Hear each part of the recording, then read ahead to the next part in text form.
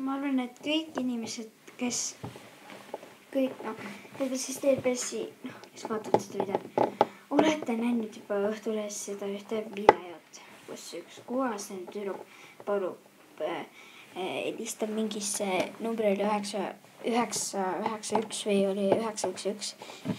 Nii, ja siis tema kasuisa nagu peksab ema ja siis ta nagu võttis tema, tal oli 2 väikest õde, onja, võttis tema õe, viskas aknast välja või midagi, nagu ma sain aru, onja.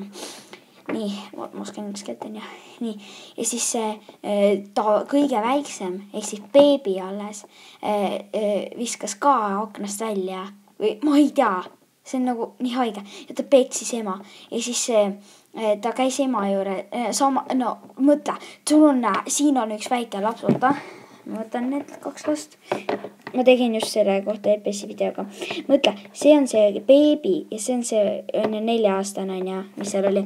Mõtle, sa olete kõik nendega ühes samas ruumis ja mõtle, su isa lihtsalt peksab põhiliselt sinu, teeme need, see mingi meeter või rohkem, mingi vahe on ja siis su isa lihtsalt peksab ema siin on ja sina räägid siin rahulikult nagu, siis isa nagu peksab seda ja võtab väikse lapse, viskab aknast välja, võtab siis see mingi ja võtab beebi ja viskab ka aknast välja, see ei ole nagu normaalne. See on nagu, et jah, Õhtulehes on see video.